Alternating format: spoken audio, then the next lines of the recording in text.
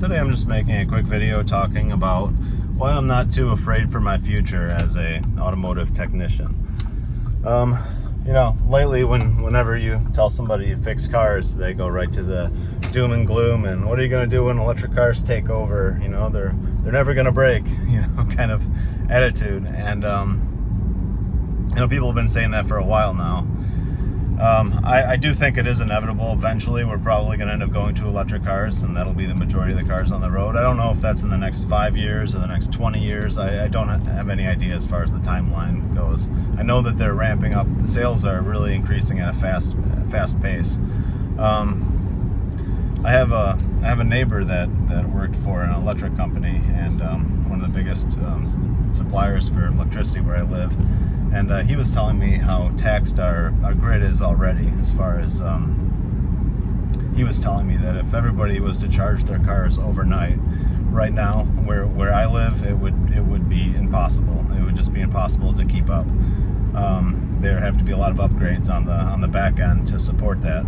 So it seems to me like it's kind of strange how we're kind of doing things in a weird order, as far as the infrastructure is not in place, and we're pushing people to buy these cars that we can't really scale up immediately anyways. So whatever the case, there's lots of different things with that. I'm okay with anything. I mean, I like electric cars too. They're fine, but I'm not. Just a reason why it doesn't scare me as much as a lot of people is because if you can work on cars, you can pretty much fix a lot of different systems. Cars are very complicated now. You have to be a kind of a plumber, an electrician, and know how to repair machinery. There's a lot of different aspects to it.